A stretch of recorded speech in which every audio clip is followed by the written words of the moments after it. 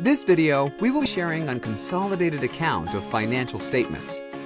Usually, if different business entity will create different account book, but if let's say you wish to view all the account books by group performance, you can use SQL Account Financial Consolidated module.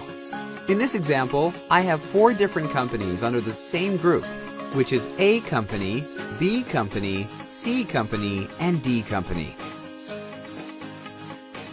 All 4 companies created individually an SQL account. Now let's log in into A company. Let's go to Profit and Loss Statement.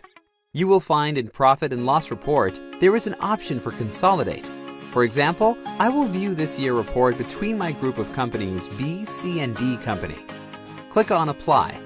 As you can see, all 4 companies' profit and loss statements showing in comparison.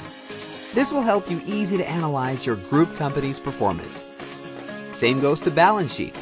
Choose Balance Sheet report format and tick on the companies that you want to view.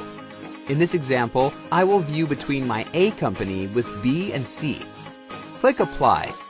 You can view your balance sheet for all the companies at a glance.